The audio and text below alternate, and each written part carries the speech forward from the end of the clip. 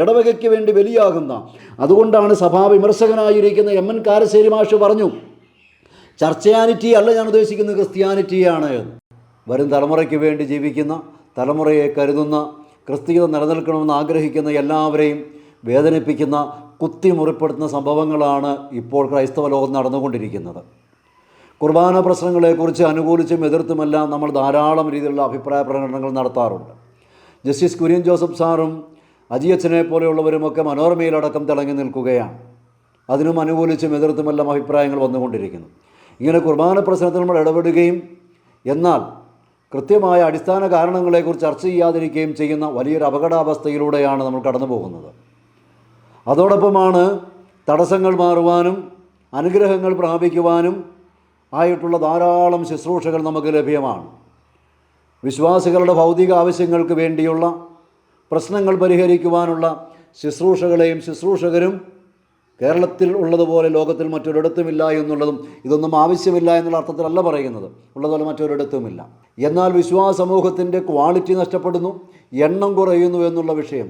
സാക്ഷ്യം ആവശ്യമില്ലെങ്കിലും എല്ലാ ദിവസവും പള്ളിയിൽ പോവുകയും പ്രാർത്ഥിക്കുകയും തിരിച്ചു വരികയും ചെയ്യുന്ന മാതാപിതാക്കളെ കണ്ട് പകച്ചു നിൽക്കുന്ന പുതിയ തലമുറ, പ്രാക്ടീസിങ് ക്രിസ്ത്യാനികളാണെന്ന് അവകാശപ്പെടുന്നവരെ കണ്ട് പകച്ചു നിൽക്കുന്ന അക്രൈസ്തവ ലോകം, ഇതൊന്നും നമ്മുടെ ചർച്ചയ്ക്ക് വിഷയമാകുന്നില്ല. എന്തുകൊണ്ട് ഇത് സംഭവിക്കുന്നുവെന്ന് പോസിറ്റീവായ ക്രിറ്റിസിസം നമ്മൾ ഉയർത്തുന്നില്ല. ആത്മശോധനയ്ക്ക് നമ്മൾ തയ്യാറാകുന്നില്ല. ഒന്നുകിൽ മാധ്യമങ്ങളിൽ ഇറങ്ങി വിമതരാകുന്ന ഒരു പരിപാടിയിലേക്ക് ക്രിസ്ത്യാനികൾ, പ്രാക്ടീസിങ് ക്രിസ്ത്യാനികൾ പോലും തരം താഴുകയാണ് എന്നുള്ളതാണ്. ഇനി കഴിഞ്ഞ ഒരു 30-40 വർഷക്കാലത്തെ, പ്രത്യേകിച്ച് ഏറ്റവും കൂടുതൽ 20 വർഷക്കാലത്തെ ശുശ്രൂഷകൾ എടുത്താൽ വിശ്വാസ സമൂഹത്തെ ഒളിച്ചോട്ടത്തിന് പ്രേരിപ്പിക്കുന്നവയാണ് ഒട്ടുമിക്കവയും. അതായത് വിശ്വാസിക്ക് ഒരു ആത്മീയ ജീവിതം എന്നതുപോലെ, ശാരീരിക ജീവിതം എന്നതുപോലെ സാമൂഹിക, സാമുദായിക, രാഷ്ട്രീയ ജീവിതമുണ്ട്, ഉത്തരവാദിത്തമുണ്ട് എന്ന് വിശ്വാസികളെ പറഞ്ഞു പഠിപ്പിക്കുന്നതും പ്രാക്ടിക്കലായ കുടുംബജീവിതത്തെക്കുറിച്ചുമുള്ളതായ പ്രഘോഷണങ്ങളും ശുശ്രൂഷകളും ഇല്ലാതായിരിക്കുന്നു. അതേപോലെ തന്നെയാണ് ശുശ്രൂഷാ ജീവിതം തിരഞ്ഞെടുത്തവരുടെ ആത്മീയത സാധാരണ വിശ്വാസികൾക്ക് പകർന്നു കൊടുക്കുകയാണ്. കൃഷിയിലും ജോലി മേഖലകളിലും വ്യാപരിക്കുന്ന ക്രിസ്ത്യാനികളെ വിളിക്കുള്ളിലെ വിളി ലഭിച്ച ശുശ്രൂഷകരുടെ ആത്മീയ ജീവിതത്തിലേക്ക് പറിച്ചു നടന്നു. ഒരു 30 വർഷം പുറകോട്ട് പോയാൽ കർഷകർ കൃത്യമായി കാർഷിക വൃത്തിയിൽ ഏർപ്പെടുന്നതോടൊപ്പം തന്നെ പള്ളിയിൽ പോകും, പ്രാർത്ഥിക്കും, മനോരമയും മാതൃഭൂമിയും വായിക്കുകയും സമൂഹത്തിലുള്ള വിഷയങ്ങൾ ഇടപെടുകയും ചെയ്യുന്ന അവസ്ഥയിൽ നിന്ന് എന്തെങ്കിലും ഒരു ജോലി കണ്ടെത്തുന്നതിന് വേണ്ടി പ്രാർത്ഥിക്കുക, ജോലി കണ്ടെത്തിയാൽ ഞാനും എൻ്റെ കുടുംബവും, ഞാൻ ആരെയും ദ്രോഹിക്കുകയില്ല, ഞാൻ ആരെയും വിമർശിക്കുകയില്ല, മറ്റു മതങ്ങളെക്കുറിച്ചൊന്നും പറയുകയില്ല, ഇങ്ങനെ ഒരു സേഫ് സോണിലേക്ക് വിശ്വാസികൾ നീങ്ങുകയും വിശ്വാസികളെ നീക്കുകയും ചെയ്യുന്ന ശുശ്രൂഷകൾ, ഒളിച്ചോട്ടത്തിൻ്റെ ശുശ്രൂഷകൾ വർദ്ധിച്ചു കൊണ്ടിരിക്കുന്നു. ഇവിടെ നമ്മൾ നോക്കിയാൽ കാണാം, കഴിഞ്ഞ ദിവസങ്ങളിലൊക്കെ കാട്ടുമൃഗങ്ങളുടെ ആക്രമണത്തിൽ കൊല്ലപ്പെട്ട കർഷകരെക്കുറിച്ചുള്ള വാർത്തകൾ കാണുന്നത് ക്രിസ്തീയ പക്ഷം എന്നുള്ള ചാനലുകൾ പോലും അപ്ലോഡ് ചെയ്യുകയും സഭാ നേതൃത്വം ആ വിഷയത്തിൽ ഇടപെട്ട് സംസാരിക്കുകയും ചെയ്തപ്പോൾ ആ വീഡിയോകളൊക്കെ കാണുന്നത് 600-700 പേരാണ്. എന്നാൽ വിശ്വാസികളുടെ ആവശ്യങ്ങൾക്ക് വേണ്ടിയുള്ള വീഡിയോകൾ അപ്ലോഡ് ചെയ്തിരുന്നത് ലക്ഷക്കണക്കിന് ആൾക്കാർ കാണുകയാണ്. അപ്പോൾ സോഷ്യൽ മീഡിയയിൽ ക്രിസ്ത്യാനികളില്ലാഞ്ഞിട്ടല്ല എന്ന് ഓർക്കണം, സ്വാർത്ഥതയിലേക്ക് കൂപ്പുകുത്തുകയാണ്. ഇതൊന്നും അറിയാതെ ഇത്തരം ശുശ്രൂഷകർ ആ ശുശ്രൂഷയിൽ ഇങ്ങനെ പോയിക്കൊണ്ടിരിക്കുകയാണ്. ഇത്തരക്കാർ പലരോടും സംസാരിക്കുമ്പോൾ, പ്രത്യേകിച്ച് അടുത്ത കാലത്ത് രൂപപ്പെട്ടു വന്ന സംഘടനയും സംഘടനാ നേതാക്കളോടുമൊക്കെ സംസാരിക്കുമ്പോൾ അവർ പറയുന്നത് വിളി വ്യത്യസ്തമാണ്, ഓരോരുത്തർക്കും ഓരോ യാരിസമാണെന്നാണ് പറയുന്നത്. ഒരു 30 വർഷം മുമ്പ് കേട്ടുകേൾവിയില്ലാത്ത ഒരു പ്രത്യേക ആത്മീയത കടന്നു വരികയാണ്. കർഷകനായിക്കൊള്ളട്ടെ, ഉദ്യോഗസ്ഥരായിക്കൊള്ളട്ടെ, ഏത് മേഖലയിലുള്ളവരും രാഷ്ട്രീയ, സാമൂഹിക, സാമുദായിക വിഷയങ്ങളെക്കുറിച്ച് ബോധമുണ്ടാവുകയും അത് സംസാരിക്കുകയും ചെയ്യുന്നതും പത്രം വായിക്കുക എന്ന് വെച്ചാൽ വാർത്തകൾ അറിയുക എന്നുള്ളത് ജീവിതത്തിൻ്റെ ഭാഗമായിരുന്നൊരവസ്ഥയിൽ നിന്ന് ശുശ്രൂഷകർക്ക് ലഭിച്ച ശുശ്രൂഷകരുടെ ജീവിതത്തിലേക്ക് സാധാരണ വിശ്വാസികളെ പറിച്ചു നട്ടതിൻ്റെ ദുരന്തം. ഇങ്ങനെ നോക്കുമ്പോൾ മൂല്യച്യുതികളെക്കുറിച്ച്, എണ്ണവും ഗുണവും കുറയുന്നതിനെക്കുറിച്ച് വേദനയില്ലാത്തതും, പള്ളിപ്പോക്കും പ്രാർത്ഥനയും നടത്തിയിട്ട് ജീവിതത്തിൽ മാറ്റമില്ലാത്ത മാതാപിതാക്കളുമൊക്കെ നിറയുന്നതിനെക്കുറിച്ചും കുർബാനയെക്കുറിച്ച് വഴക്കുണ്ടാക്കുന്നതിനെക്കുറിച്ചും നമുക്ക് ഉത്കണ്ഠയില്ലാത്തതാണ് നമ്മൾ ചിന്തിക്കേണ്ടത്. അത് ചിന്തിക്കാൻ നമ്മൾ തയ്യാറാകുന്നില്ല. നമ്മൾ ഏതെങ്കിലുമൊക്കെ വിഷയങ്ങളെക്കുറിച്ച് തർക്കിക്കാൻ തയ്യാറാണ്. ഇനി നവീകരണ മേഖലയിലേക്ക് നോക്കിക്കോ, വേറിട്ട് നിൽക്കാനുള്ള പ്രവണത കാണുകയാണ്, തർക്കിക്കാനുള്ള പ്രവണത കാണുകയാണ്. അവിടെയും ലോകത്തിലെ ഒരു കാര്യങ്ങൾ ഇടപെടുകയിൽ അന്നേരം പറയുന്നതാണ് വ്യത്യസ്തമായ കാര്യസമാണ്, വെളി വ്യത്യസ്തമാണ്. സീസറുള്ള സീസറിനും ദൈവത്തിനുള്ള ദൈവത്തിനും കൊടുക്കുവാൻ വളരെ കൃത്യമായ കർത്താവ് പറഞ്ഞ ഒരു പ്രബോധനം നമ്മൾ കൊടുക്കുന്നില്ല. തൻ്റെ മുഖ്യമന്ത്രിയെ ഇന്നത്തെ ഭാഷയിൽ പറഞ്ഞാൽ കുറുക്ക എന്ന് വിളിച്ച ക്രിസ്തുവിൻ്റെ ആ ക്രിസ്തുവിൻ്റെ ആ ജീവിതത്തിൻ്റെ ശൈലി നമ്മൾ പകർന്നു കൊടുക്കാൻ തയ്യാറാകുന്നില്ല. ദേവാലയത്തിൽ ചാട്ടവാറെടുക്കുന്ന ക്രിസ്തുവിനെയും വെള്ളയടിച്ച് കുഴിമാടങ്ങളെ എന്ന് വിളിക്കേണ്ടവരെ വിളിക്കേണ്ട സമയത്ത് വിളിച്ച ആ ക്രിസ്തുവിൻ്റെ മനോഭാവം, ആ ക്രിസ്തുവിൻ്റെ സ്വഭാവം, ശക്തമായ പ്രബോധനം കൊടുത്തപ്പോൾ എല്ലാവരും പിരിഞ്ഞു പോയപ്പോൾ എന്നാൽ നിങ്ങളും പോവുകയാണെങ്കിൽ പൊയ്ക്കൊള്ളൂ, ഇതിൽ വിട്ടുവീഴ്ചയില്ല എന്ന് പറയുന്ന ക്രിസ്തുവിൻ്റെ മനോഭാവം. ഇതെല്ലാം ആരും പറഞ്ഞു കൊടുക്കാതെ തന്നെ അറിയാമായിരുന്നു. നമ്മുടെ മാതാപിതാക്കൾക്ക് അറിവും വിവരവും ജ്ഞാനവും ഉണ്ടായിരുന്നു. ഇന്ന് അറിവ് വർദ്ധിച്ചു, വിവരവും ജ്ഞാനവും നഷ്ടപ്പെട്ടുകൊണ്ടിരിക്കുകയാണ്. ഇതെന്തുകൊണ്ട് സംഭവിക്കുന്നു എന്ന് ചിന്തിച്ചപ്പോൾ തോന്നിയൊരു കാര്യം, കരിസ്മാറ്റിക് മേഖലയിലുള്ളവർ തന്നെ സ്വയവിമർശനമായി പറയുന്ന സമൃദ്ധിയുടെ സുവിശേഷം ഒരു പ്രതിസ്ഥാനത്തുണ്ട്. ഒളിച്ചോട്ടത്തിൻ്റെ ആത്മീയത, ക്രിസ്ത്യാനികൾ നടന്ന ഒളിച്ചോട്ടം, എങ്ങനെയെങ്കിലും ചെറിയൊരു ജോലി സംഘടിപ്പിക്കുക, ഒരു മൊബൈൽ സംഘടിപ്പിക്കുക, സ്വസ്ഥമായി ജീവിക്കുക. ഇനി പുതിയ തലമുറയിലേക്ക് വരുമ്പോൾ എന്താണ്, വിവാഹം പോലും വേണ്ട എന്നുള്ള അവസ്ഥയിലേക്ക് എത്തുകയാണ്. അതിൻ്റെ കാരണം എന്താണ്? ഭാര്യഭർത്താക്കന്മാർ തമ്മിലുള്ള ഊഷ്മളമായ ജീവിതം അവർ കൺമുമ്പിൽ കാണുന്നില്ല, അർത്ഥവത്തായ ഭാര്യഭർത്ത ജീവിതം കാണുന്നില്ല. പ്രത്യേകിച്ച് നമുക്കറിയാം, ധാരാളം പേർ ഇപ്പോൾ പള്ളിയിൽ പോകുന്നുണ്ട്. ഈ പള്ളിയിൽ പോയിട്ട് വന്നിട്ടാണെങ്കിലോ യാതൊരു വിധത്തിലും ഇന്നലെ പോയതുപോലെ തന്നെ ഇന്നും പോയിട്ട് വരും. കുർബാനയ്ക്കിടയിൽ പരസ്പരം സമാധാനം പറയുമ്പോൾ അങ്ങോട്ടും ഇങ്ങോട്ടും കുമ്പിടും. പള്ളിമുറ്റത്തേക്ക് ഇറങ്ങിയിട്ട് ഒരു 10-30 പേരുടെ മുഖത്ത് നോക്കി പുഞ്ചിരിക്കാൻ കഴിവുള്ളവരില്ല എന്നുള്ളതാണ്. ഒരേ പാനപാത്രത്തിൽ നിന്നും ഭക്ഷിക്കുകയും പാനം ചെയ്യുകയും ഒരേ പാത്രത്തിൽ നിന്ന് ഭക്ഷിക്കുകയും പാനം ചെയ്യുകയും ചെയ്തവർ പുറത്തേക്ക് ഇറങ്ങി തലയുയർത്തി നോക്കി പുഞ്ചിരിക്കാൻ സാധിക്കുന്നില്ല. ടെൻഷൻ്റെ ലൈഫാണ്. അല്ലെങ്കിൽ ഏതെങ്കിലും ഒരു പോക്കറ്റിലേക്ക് ഒതുങ്ങുകയാണ്. ഏതാനും പേരോട് മാത്രം ചിരിക്കുകയും ഏതാനും പേരോട് മാത്രം മിണ്ടാനുള്ള കപ്പാസിറ്റിയുള്ള മാനസിക നില ഒതുങ്ങിപ്പോയ, അതല്ലെങ്കിൽ ചിലരിലെങ്കിലും അഹന്ത വർദ്ധിക്കുന്ന ഒരു തലമാണ് ക്രിസ്ത്യാനികളിൽ കാണുന്നത്. ഒരു പള്ളിമുറ്റത്ത് പോലും, സ്വന്തം പള്ളിയുടെ ഇടവക മുറ്റത്ത് പോലും പരസ്പരം മുഖത്തോട് മുഖം നോക്കി ചിരിക്കുവാനും ഒരേ ബലിപീഠത്തിൻ്റെ ചുറ്റിലും നിന്നുകൊണ്ട് വളരുന്നവരാണെന്ന് മനസ്സിലാക്കുവാനും ആകാത്ത വിധം സങ്കുചിത അവസ്ഥയിലേക്കോ അഹങ്കാരത്തിലേക്കോ കൂപ്പുകുത്തിക്കൊണ്ടിരിക്കുന്ന ഒരു ജനത. തങ്ങൾക്ക് പ്രായാധിക്യത്തിൽ അല്പം വെള്ളം തരുവാൻ കുഞ്ഞുങ്ങൾ ആവശ്യമുണ്ടെന്ന് മനസ്സിലാക്കാനാവാത്ത വിധം സമ്പത്തിലേക്ക് കേന്ദ്രീകൃതമായൊരു ജനത. എന്തുകൊണ്ടിത് സംഭവിക്കുന്നു? എണ്ണവും ഗുണവും കുറഞ്ഞിട്ടും പ്രാക്ടീസിങ് ക്രിസ്ത്യാനികളാണെന്ന് അവകാശപ്പെടുന്നവർ കരിയോയിലൊഴിച്ചിട്ടും കോലം കത്തിച്ചിട്ടും തെറി വിളിച്ചിട്ടും മുട്ടുകാല് തല്ലിയൊടിക്കുമെന്ന് പറഞ്ഞിട്ടും നമ്മൾ ചർച്ചയാക്കുന്നത് അതല്ല. ഇവിടെ ജസ്റ്റിസ് കുര്യൻ ജോസഫ് സാർ ആയിക്കൊള്ളട്ടെ, അജിയച്ചനെ പോലെയുള്ള വിമർശകർ ആരുമായിക്കൊള്ളട്ടെ, ഞാൻ തന്നെ ആയിക്കൊള്ളട്ടെ, നമ്മളൊന്നും ചർച്ച ചെയ്യുന്നത് പ്രാക്ടീസിങ് ക്രിസ്ത്യാനികളുടെ ഭാഗത്തു നിന്നുണ്ടാകുന്ന ക്രിസ്തീയ വിരുദ്ധമായ പ്രവർത്തനങ്ങളെ അല്ല. ഇവിടെ ഒരു സമൂഹത്തിന് മാറ്റമുണ്ടാകണമെങ്കിൽ ഒരു സമ്മർദ്ദ ഗ്രൂപ്പ് വളർന്നു വരണം, പ്രവാചക ശബ്ദങ്ങൾ ഉയർന്നു വരണം. കൃത്യമായിട്ട് അത് വരുന്നില്ല. എക്സ്ട്രീം സൈഡിലേക്ക് പോവുകയാണ്, വിമതരാകാനുള്ള വ്യഗ്രതകളാണ്. എന്നാൽ കൃത്യമായ കാര്യങ്ങൾ ചൂണ്ടിക്കാണിക്കുവാൻ, കൂട്ടായ്മ നഷ്ടപ്പെടുന്നതിനെക്കുറിച്ച് പറയുവാൻ നമ്മൾ സാധിക്കുന്നില്ല. എന്നാൽ ഡോക്ടർ KS രാധാകൃഷ്ണനെ പോലെയുള്ളവരും MN കാരശ്ശേരി മാഷിനെ പോലെയുള്ളവരും കൃത്യമായി ഇത് മനസ്സിലാക്കി അവർ വിമർശനങ്ങൾ മുമ്പോട്ട് വെച്ചിട്ടുണ്ട്. നമ്മൾക്ക് മനസ്സിലായില്ലെങ്കിലും പുറമേയുള്ളവർക്ക് മനസ്സിലായി തുടങ്ങി എന്നുള്ളതാണ്. കേരളമാണ്. നമ്മുടെ ഭക്തിക്ക് എന്തോ കുഴപ്പമില്ലേ? നമ്മൾ ഭക്തിയെ ദൈവവുമായുള്ള ഒരു അഡ്ജസ്റ്റ്മെന്റിൽ നമ്മുടെ കാര്യങ്ങളൊക്കെ നേടിയെടുക്കുന്നതിന് വേണ്ടി ഉപയുക്തമാക്കുന്നു. ഇവിടെയാണ് അപകടം പറ്റുന്നത്. ഇന്നിപ്പോ ചിലരൊക്കെ പറയുന്നത് അവര് മുട്ടിപ്പായി പ്രാർത്ഥിച്ചു കഴിഞ്ഞപ്പോഴേക്കും 50% മാർക്ക് അടുത്ത പരീക്ഷ വന്നപ്പോൾ 60 എന്നാണ്.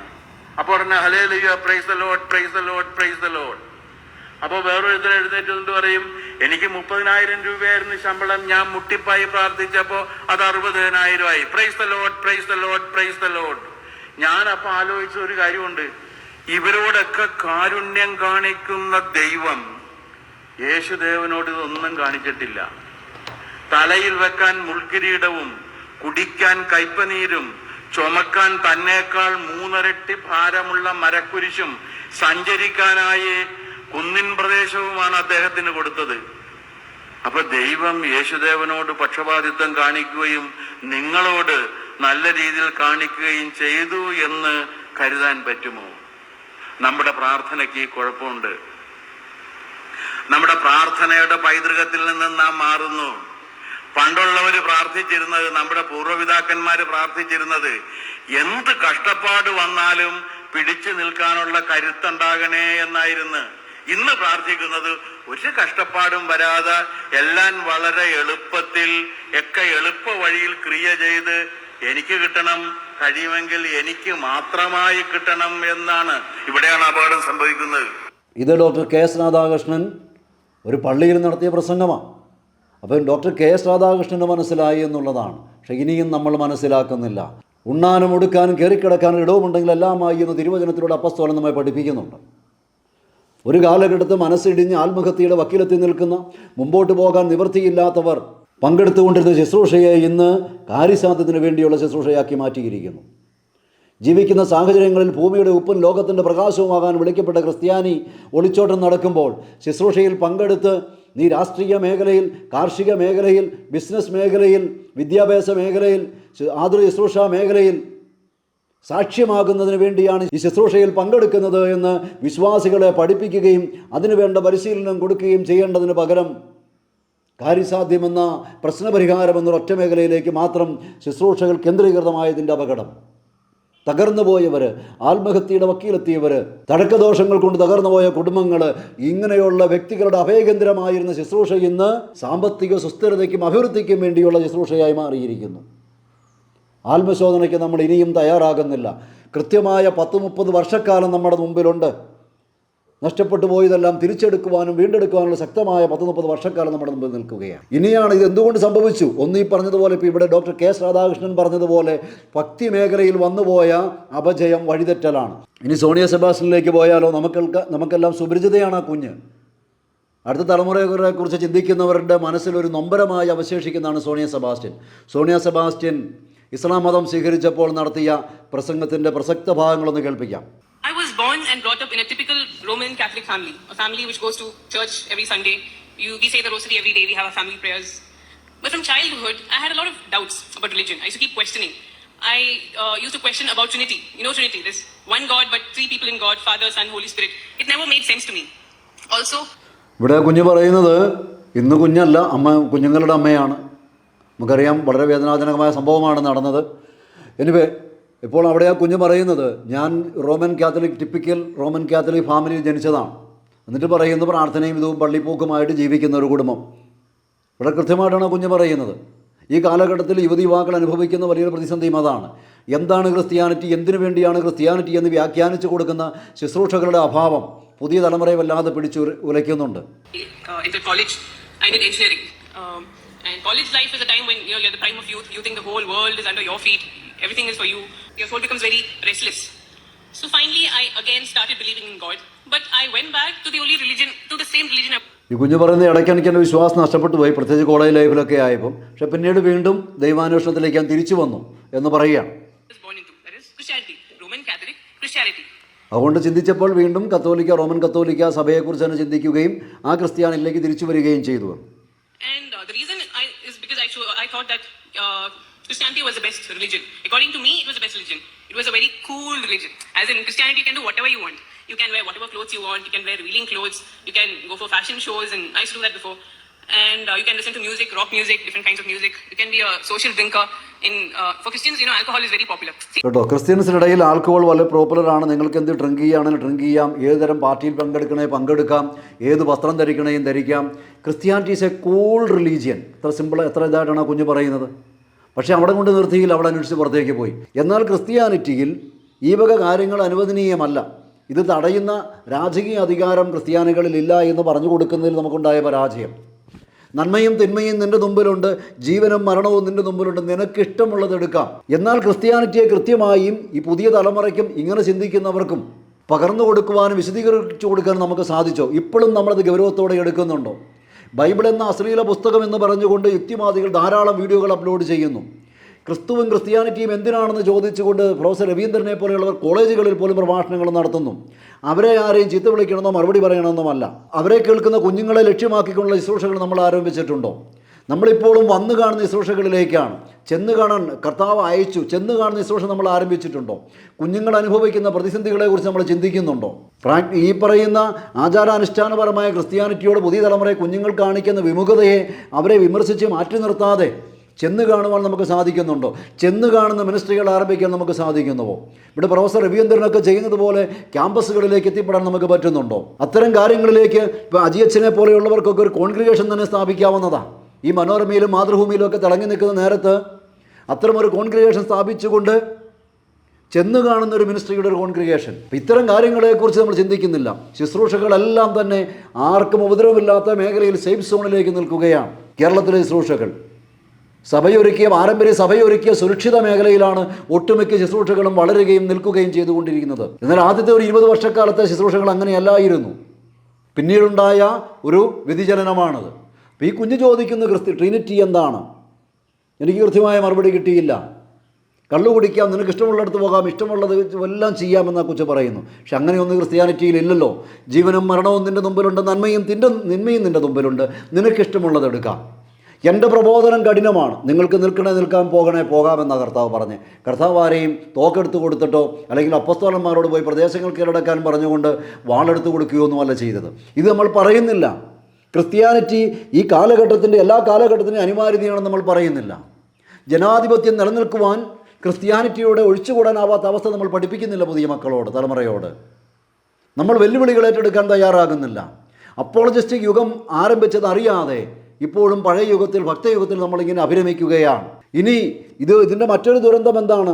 മറ്റൊരു ദുരന്തം എന്ന് പറയുന്നത് സഭകൾ അനുഷ്ഠാനവൽക്കരിക്കപ്പെട്ടു പോയത് കൊണ്ടാണ് പ്രാക്ടീസിങ് ക്രിസ്ത്യൻസ് ആയവർക്ക് ഇങ്ങനെ പ്രതികരിക്കാനും ജീവിക്കാനും സാധിക്കുന്നത്. അനുഷ്ഠാനവൽക്കരിക്കപ്പെട്ടു പോയ സഭയിൽ സ്വാഭാവികമായും അനുഷ്ഠാനം ലക്ഷ്യമായി മാറും.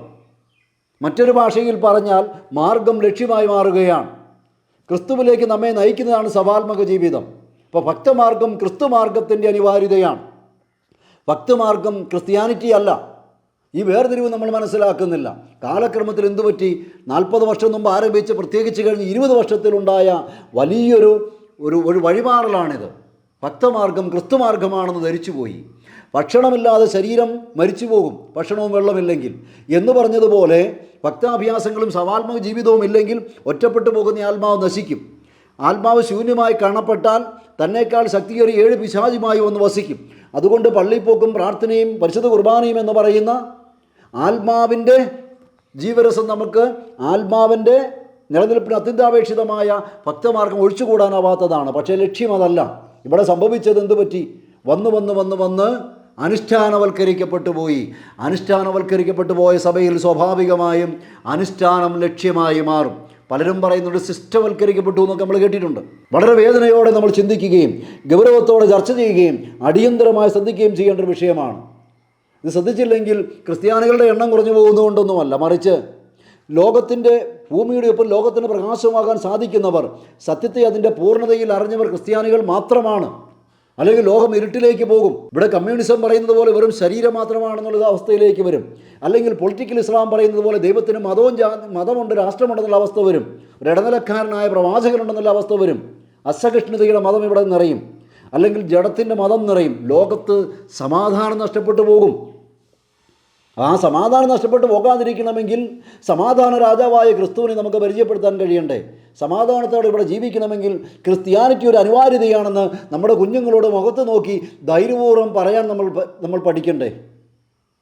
നിങ്ങൾക്ക് ക്രിസ്തുവിനെ ഇഷ്ടമുണ്ടെങ്കിൽ ഇല്ലെങ്കിൽ ഞങ്ങൾ ഉറപ്പിച്ച് പറയുന്നു, ക്രിസ്ത്യാനിറ്റി ലോകത്തിൻ്റെയും കാലഘട്ടത്തിൻ്റെയും എല്ലാ കാലഘട്ടത്തിൻ്റെയും അനിവാര്യതയാണ് മക്കളെ എന്ന് പറയുവാനുള്ള ആർജവത്വം നമുക്കുണ്ടാകണ്ടേ?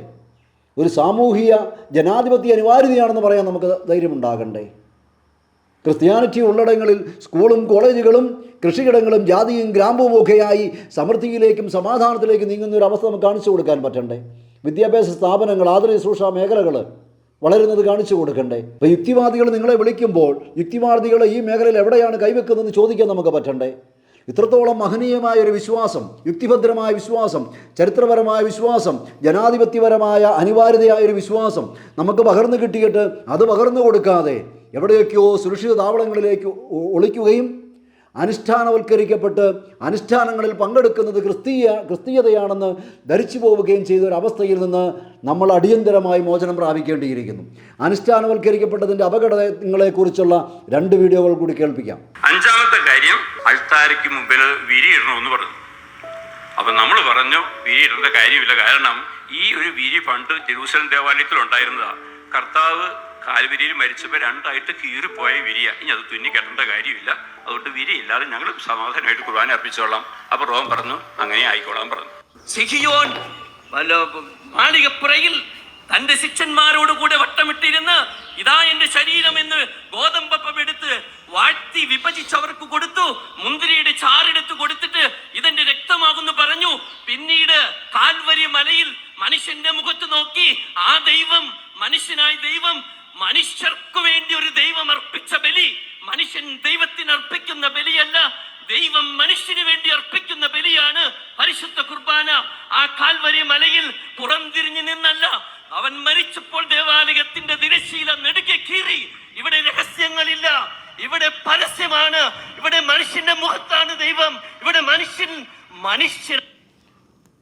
യൂട്യൂബിൽ ഫേമസ് ആയതും സോഷ്യൽ മീഡിയയിലെ വിവിധ പ്ലാറ്റ്ഫോമുകളിൽ ഇത്തരം ധാരാളം വീഡിയോകൾ നമുക്ക് കിട്ടും, പ്രബോധനങ്ങൾ എന്ന രീതിയിൽ കൊടുക്കുന്നവ. ഇവിടെയും ശരിക്കും സംഭവിക്കുന്നത് ദൈവത്തെ ബുദ്ധിയിൽ അന്വേഷിക്കുന്നതിൻ്റെയും ഒരു കാരണവശാലും ഇത് കുർബാന പ്രശ്നവുമായി കൂട്ടിക്കലർത്തുന്നതിന് വേണ്ടി ചെയ്തതല്ല, മറിച്ച് കേൾപ്പിച്ചതല്ല, മറിച്ച് എന്തുകൊണ്ട് സംഭവിക്കുന്നുവെന്ന് ചിന്തിച്ചപ്പോൾ തോന്നിയ കാര്യങ്ങൾ പങ്കുവെക്കുക എന്നോർത്തുകൊണ്ടാണ്. ഇവിടെ ദൈവത്തെ ബുദ്ധിയിൽ അന്വേഷിക്കുകയാണ്. ക്രിസ്തു സംഭവത്തെ എൻ്റെ ബുദ്ധി കൊണ്ടും ഞാൻ കണ്ടെത്തിയ പ്രതീകങ്ങൾ കൊണ്ടും കാലാനുസൃതമായി നവീകരിക്കാവുന്നതാണ് ക്രിസ്തു സംഭവമെന്ന് ബുദ്ധി മൂലം ചിന്തിക്കുകയാണ്. രണ്ടാമത്തെ കാര്യം അനുഷ്ഠാനവൽക്കരിക്കപ്പെട്ടു പോയതിൻ്റെ അപകടമാണ്. അനുഷ്ഠാനവൽക്കരിക്കപ്പെട്ടു പോയ ഭക്തമാർഗം ക്രിസ്തുമാർഗത്തെ റീപ്ലേസ് ചെയ്തതിൻ്റെ അപകടം. ഇവിടെയാണ് ഇവിടെ പറയുന്ന തിരശ്ശീല കീറി ഇനി രഹസ്യങ്ങളില്ല. സുവിശേഷം വായിക്കുന്ന ഏതൊരു വ്യക്തിക്കും മനസ്സിലാകും ഒരു തിരശ്ശീല കീറാൻ വേണ്ടിയല്ല മനുഷ്യാവതാരം ഉണ്ടായതും കുരിശുമരണം നടന്നതും. ക്രിസ്തു രഹസ്യത്തെയാണ് അനുസ്മരിക്കുകയും അർപ്പിക്കുകയും ആഘോഷിക്കുകയും ചെയ്യുന്നത്. അതിൻ്റെ പ്രാധാന്യം ക്രിസ്തു രഹസ്യത്തിൻ്റെ പ്രാധാന്യമാണ്, ക്രിസ്തു സംഭവത്തിൻ്റെ പ്രാധാന്യമാണ്. അത് മാറ്റിവെക്കപ്പെട്ടുകൊണ്ട് അതിൻ്റെ അനുഷ്ഠാന തലങ്ങളിലേക്ക് ഇത് കൊണ്ടുപോകാൻ സാധിക്കുന്നത് നേരത്തെ പറഞ്ഞതുപോലെ, ആ പെങ്കൊച്ച് പറഞ്ഞതുപോലെയാണ്. Christianity is a cool religion, എന്തുമാകാം എന്ന് പറയുന്ന രീതിയിലേക്ക്. ഒരിക്കലും അതല്ലല്ലോ ഇതിൻ്റെ അർത്ഥം. ഇതിൻ്റെ ആന്തരിക അർത്ഥമാണല്ലോ ഈ ബലിയിൽ പങ്കെടുക്കുന്നവർ ഇനി കർട്ടനില്ലാതെ ജീവിക്കണമെന്നും ആ കർട്ടനില്ലാത്ത കുടുംബത്തിന് വേണ്ടി, ഇടവകയ്ക്ക് വേണ്ടി മറയില്ലാത്ത കർട്ടനില്ലാത്ത ബലിജീവിതം ജീവിക്കുവാനുള്ള ബലം നൽകുന്ന ഇടമാണ് ബലിവേദി എന്ന് പഠിപ്പിക്കേണ്ടതിന് പകരം അതിനെ അനുഷ്ഠാനവൽക്കരിക്കുവാനുള്ള വ്യഗ്രത. അനുഷ്ഠാനവൽക്കരിച്ചാൽ വിഭാഗീയതയും ഇഷ്ടം പോലെ സഭകളുമൊക്കെ ഉണ്ടാക്കാൻ സാധിക്കുകയുള്ളൂ. ഓരോരുത്തർക്ക് സ്പേസ് കിട്ടണമെങ്കിൽ എന്ത് വേണം? അതിനെ ഭക്തമാർഗമാക്കിയും അനുഷ്ഠാനമാക്കിയും ക്രിസ്തു രഹസ്യത്തെയും ക്രിസ്തു സംഭവത്തെയും മാറ്റണം. കാലഘട്ടത്തിനനുസരിച്ച് ക്രിസ്തു രഹസ്യത്തെയും ക്രിസ്തു സംഭവത്തെയും വ്യാഖ്യാനിച്ചു കൊടുക്കാറുണ്ട്. അതേപോലെ തന്നെ ഭാരതവൽക്കരണത്തെക്കുറിച്ചുള്ള ടോക്കുകളും പ്രബോധനങ്ങളും നമുക്ക് സോഷ്യൽ മീഡിയയിൽ ലഭ്യമാണ്. വൈറലായ ടോക്കുകളുണ്ട്. എന്തുകൊണ്ടാണ് വീണ്ടും വീണ്ടും നമുക്ക് ചിന്തിക്കുമ്പോൾ മനസ്സിലാക്കാൻ പറ്റുന്നത് ഈ പറയുന്ന അനുഷ്ഠാനവൽക്കരിക്കപ്പെടുകയും കാലഘട്ടത്തിൻ്റെ അടയാളങ്ങളും പ്രതീകങ്ങളും ഉപയോഗിച്ചുകൊണ്ട് മാറിയ കാലഘട്ടത്തിൻ്റെ അടയാളങ്ങളും പ്രതീകങ്ങളും ഉപയോഗിച്ചുകൊണ്ട് മഹത്വവൽക്കരിക്കാൻ കഴിയുന്ന എന്തോ ഒന്നാണ് ക്രിസ്തു സംഭവവും ക്രിസ്തു രഹസ്യവുമെന്ന് ബുദ്ധിയിൽ ചിന്തിക്കുന്നതിൻ്റെ അടയാളമാണ്. കാലഘട്ടത്തിന് മനസ്സിലാകുന്ന രീതിയിൽ ക്രിസ്തു സംഭവത്തെ, ക്രിസ്തുവിനെ ഭാരതത്തിന് പരിചയപ്പെടുത്തി കൊടുക്കുകയാണ് ചെയ്യേണ്ടത്. ക്രിസ്തു ആരാണ്, എന്താണെന്ന് പരിചയപ്പെടുത്തലാണ്. ക്രിസ്തു ലോകത്തെ വേർതിരിച്ചത്, ചരിത്രത്തെ രണ്ടായി കീറി മുറിച്ചത് ബലിജീവിതം നയിച്ചതിലൂടെയാണ്. നിങ്ങളുടെ ഗുരുവും കർത്താവുമായി ഞാനിത് ചെയ്തുവെങ്കിൽ നിങ്ങളും ഇത് ചെയ്യുവിനെന്ന് പറഞ്ഞ ആ കൽപ്പന സ്വന്തം ജീവിതം കൊണ്ട് പൂർത്തിയാക്കി. ഇതെൻ്റെ ശരീരമാകുന്നു, ഇതിൻ്റെ രക്തമാകുന്നുവെന്ന് പറയുകയും പിറ്റേ ദിവസം കുരിശിൽ അത് പ്രാവർത്തികമാക്കുകയും ചെയ്തു. ഇടവകയ്ക്ക് വേണ്ടി ബലിയാകുന്ന, കുടുംബത്തിന് വേണ്ടി ബലിയാകുന്ന, അല്ലെങ്കിൽ ഇടവകയ്ക്ക് വേണ്ടി ബലിയാകുവാൻ, കുടുംബത്തിന് വേണ്ടി ബലിയാകുവാൻ മാതാപിതാക്കളെ, വിശ്വാസികളെ, പുരോഹിതനെ ശക്തിപ്പെടുത്തുന്ന ശക്തിയുടെ ഉറവിടമാണ്. ഇതിൻ്റെ ആന്തരിക സത്യം മാറ്റിവെച്ചുകൊണ്ട് അനുഷ്ഠാന തലങ്ങളെ എടുത്തു വെച്ചാൽ മാത്രമേ വിഭാഗീയത സൃഷ്ടിക്കാൻ സാധിക്കുകയുള്ളൂ എന്നുള്ളതാണ്. ഇതിൻ്റെ ആന്തരിക സത്യം എന്താണെന്നും ഇതെന്താണെന്നും ഇതെന്തിനു വേണ്ടിയാണെന്നും ഇനിയെങ്കിലും നമ്മൾ ഒന്നേന്ന് തുടങ്ങേണ്ടിയിരിക്കുന്നു. പൗലോസ് അപ്പോസ്തലൻ പഠിപ്പിക്കുന്നത് ഇങ്ങനെയല്ലേ? നിങ്ങൾ ഈ അപ്പം ഭക്ഷിക്കുകയും ഈ പാത്രത്തിൽ നിന്ന് പാനം ചെയ്യുകയും ചെയ്യുമ്പോഴെല്ലാം കർത്താവിൻ്റെ മരണം അവൻ്റെ പ്രത്യാഗമനം വരെ പ്രഖ്യാപിക്കുകയാണ് ചെയ്യുന്നത്. തന്മൂലം ആരെങ്കിലും അയോഗ്യതയോടെ കർത്താവിൻ്റെ അപ്പം ഭക്ഷിക്കുകയും പാത്രത്തിൽ നിന്ന് പാനം ചെയ്യുകയും ചെയ്താൽ അവൻ കർത്താവിൻ്റെ ശരീരത്തിനും രക്തത്തിനുമെതിരായി തെറ്റ് ചെയ്യുന്നു. അതുകൊണ്ടാണ് നിങ്ങളിൽ ചിലർ മരിച്ചു പോവുകയും ചിലർ രോഗികളാവുകയും ചെയ്തത് എന്ന്. അപ്പോൾ ഇത് എന്താണ്, എന്തിനു വേണ്ടിയാണ് എന്നുള്ള വസ്തുത കാലക്രമത്തിൽ പഠിപ്പിക്കുന്നതിൽ നമുക്ക് വീഴ്ച വന്നുപോയി. അല്ലെങ്കിൽ ശീലം മൂലം എല്ലാ ദിവസവും പങ്കെടുക്കേണ്ട എന്തോ ഒന്നാണ് എന്ന് ചിന്തിച്ചു. അതുകൊണ്ടാണല്ലോ എല്ലാ ദിവസവും പള്ളിയിൽ പോവുകയും പ്രാർത്ഥിക്കുകയും വരുന്ന ഒരു വേറിട്ട് നിൽക്കുന്ന സമൂഹം രൂപപ്പെട്ടു. പുതിയ തലമുറ മക്കളും അക്രൈസ്തവരും ഈ പ്രാക്ടീസിങ് ക്രിസ്ത്യാനികളുടെ സാക്ഷ്യമില്ലായ്മ കണ്ട് പകച്ചു നിൽക്കുകയാണ്. അപ്പോൾ പിന്നെ എന്താണ് പരിഹാരം? ഉറവിടങ്ങളിലേക്കുള്ള തിരിച്ചുപോക്ക്. അപ്പസ്തോലന്മാരുടെ പ്രബോധനം, അപ്പസ്തോല പ്രവൃത്തി 2-ാം അധ്യായം 42-ാം തിരുവചനം. അവർ അപ്പസ്തോലന്മാരുടെ പ്രബോധനം, കൂട്ടായ്മ, അപ്പം മുറിക്കൽ. പ്രബോധനം, കൂട്ടായ്മ. പ്രബോധനം എന്ന് പറഞ്ഞാൽ പഠനമല്ല. ഇവിടെ നടത്തുന്നു നോക്കി, അനുഷ്ഠാനവൽക്കരിക്കുകയാണ്. അനുഷ്ഠാനപരമായ പ്രബോധനങ്ങൾ ആർക്ക്? സെമിനാരിയിലാണ് ആവശ്യം. സാധാരണ വിശ്വാസികൾക്ക് ഇത് എന്താണ്, എന്തിനു വേണ്ടിയാണ് എന്ന് വ്യാഖ്യാനിച്ചു കൊടുക്കലല്ലേ ആവശ്യം. അപ്പസ്തോലന്മാരുടെ പ്രബോധനം, കൂട്ടായ്മ, അപ്പം മുറിക്കൽ, പ്രാർത്ഥന എന്നിവയിൽ അവർ സദാ താല്പര്യപൂർവ്വം പങ്കെടുത്തു. ആരെ, എന്ത്, എപ്പോൾ, എവിടെ പഠിപ്പിക്കണമെന്നുള്ള വിവേകം കാലക്രമത്തിൽ നമുക്ക് നഷ്ടപ്പെട്ടു പോയി. സുവിശേഷ പ്രഘോഷണ മേഖലയിൽ നമുക്കറിയാം, ഒരു ഉദാഹരണം പറഞ്ഞാൽ ധൂർത്തപുത്രൻ്റെ ഉപമയെടുക്കും. ധൂർത്തപുത്രൻ്റെ ഉപമയെടുത്തിട്ട് പറയും, അവൻ പന്നിയുടെ തവിട് നിന്നപ്പോൾ അവൻ ആലോചിച്ചു. അപ്പോൾ ആദ്യം എന്ത് ചെയ്യണം? ആലോചിച്ചു. പിതാവിനെ കുറിച്ച് കണ്ടു. രണ്ടാമത്തെ, പിന്നെ തിരിഞ്ഞു നടന്നു, ഏറ്റു പറഞ്ഞു. സ്റ്റെപ്പായിട്ട് പഠിപ്പിക്കുകയാണ്. തെറ്റാണെന്നല്ല പറയുന്നത്. ആരെ എപ്പോൾ പഠിപ്പിക്കണം?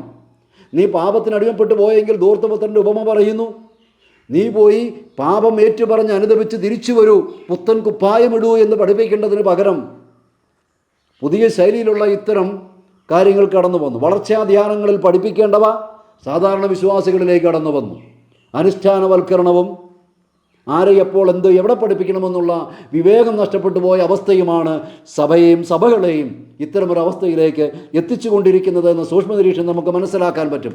അതുകൊണ്ടാണ് സഭാ വിമർശകനായിരിക്കുന്ന എം.എൻ. കാരശ്ശേരി മാഷ് പറഞ്ഞു, ചർച്ചയാനിറ്റി അല്ല ഞാൻ ഉദ്ദേശിക്കുന്നത്, ക്രിസ്ത്യാനിറ്റിയാണ്. അദ്ദേഹം വിമർശകനാണെന്നുള്ള വസ്തുത അംഗീകരിക്കുന്നു. ചർച്ചയാനിറ്റി അല്ല, ക്രിസ്ത്യാനിറ്റിയാണ് ഞാൻ ഉദ്ദേശിക്കുന്നത്. ചർച്ചയാനിറ്റിയിൽ നിന്നാണ് ക്രിസ്ത്യാനിറ്റി ഉണ്ടായത്. ഭക്തമാർഗം ക്രിസ്തുമാർഗത്തിൻ്റെ ഉറവിടമാണ്. ഭക്ഷണമില്ലാതെ ശരീരം നിലനിൽക്കാത്തതുപോലെ ഭക്തമാർഗമില്ലാതെ ആത്മീയ ജീവിതമില്ലാതെ ക്രിസ്തീയ ജീവിതമില്ല. പക്ഷേ ലക്ഷ്യം എന്താണ്? അത് മറന്നുപോയി. ഇവിടെയാണ് എം.എൻ. കാരശ്ശേരി മാഷിൻ്റെ വിമർശനപരമായ പ്രയോഗം. ചർച്ചയാനിറ്റി അല്ല. അദ്ദേഹം പറയുന്നു, എനിക്ക് അനീതിക്കെതിരെ പോരാടി ഞാൻ മടുക്കുമ്പോൾ മലയിലെ പ്രസംഗം എനിക്ക് ബലം നൽകുന്നു.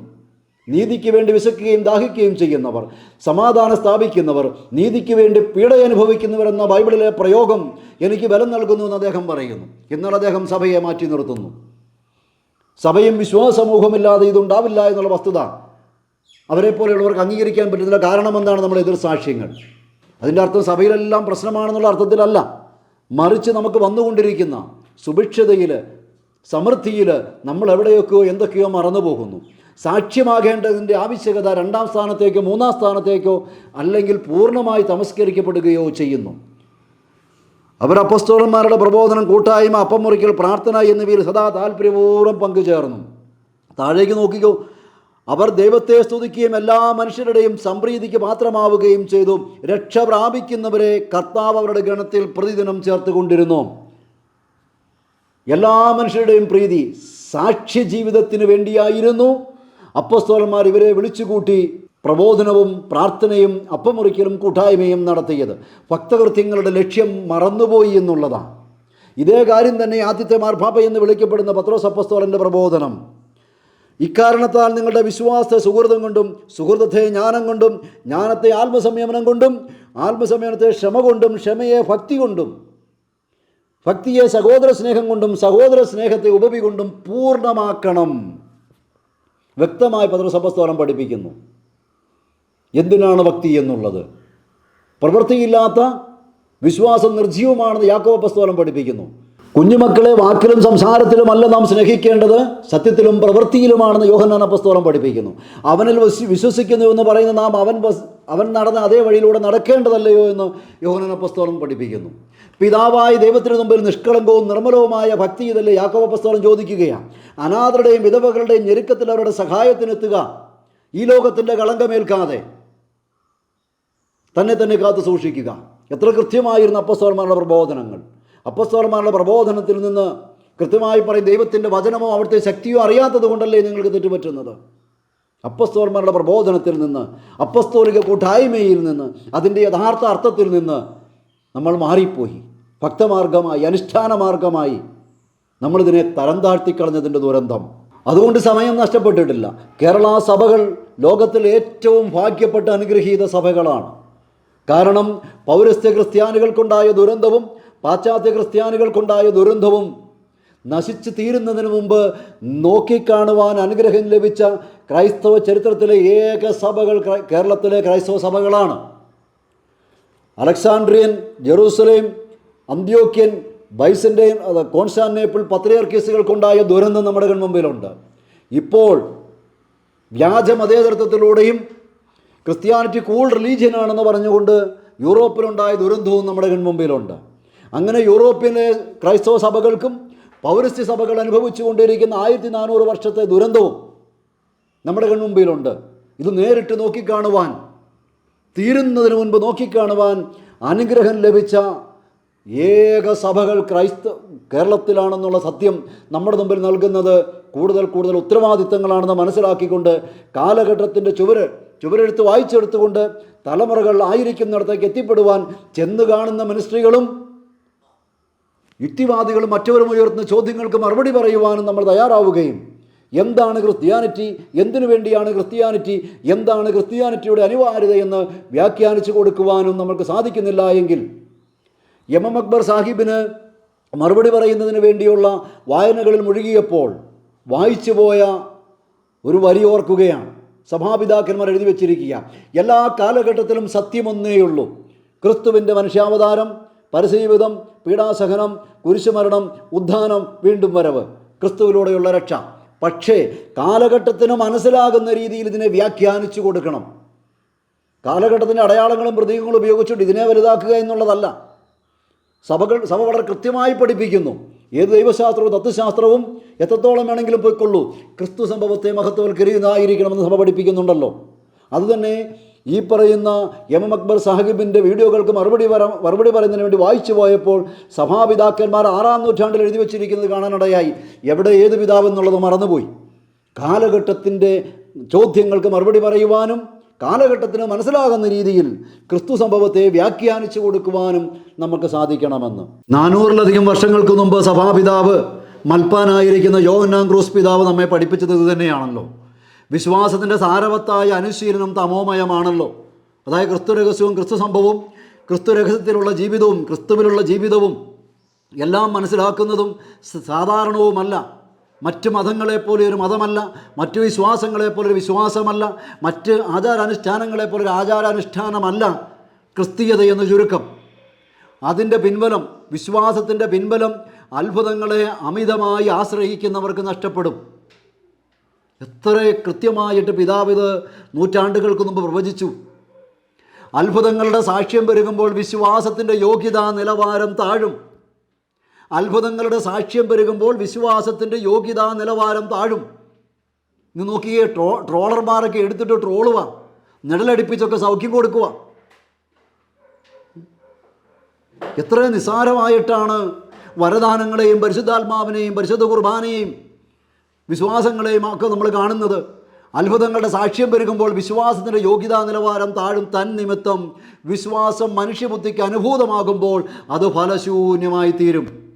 ഇതാണ് ഡോക്ടർ കെ എസ് രാധാകൃഷ്ണൻ പറഞ്ഞത്.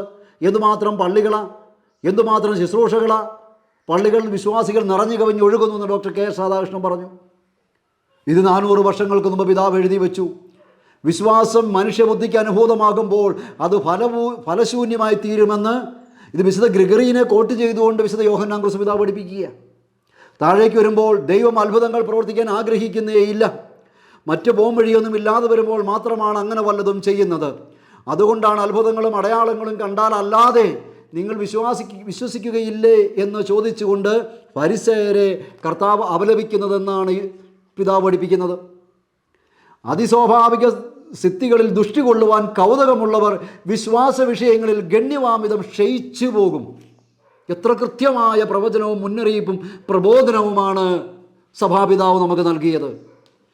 അതിസ്വാഭാവിക സിദ്ധികളെപ്പറ്റി അതിൽ അഭിരമിക്കുന്നവർ, അതിൽ ആനന്ദിക്കുന്നവർ, അല്ലെങ്കിൽ അതിസ്വാഭാവിക സിദ്ധികളിൽ കൗതുകമുള്ളവർ, താല്പര്യമുള്ളവർ വിശ്വാസ വിഷയങ്ങളിൽ ഗണ്യമാമിതം ക്ഷയിച്ചു പോകും.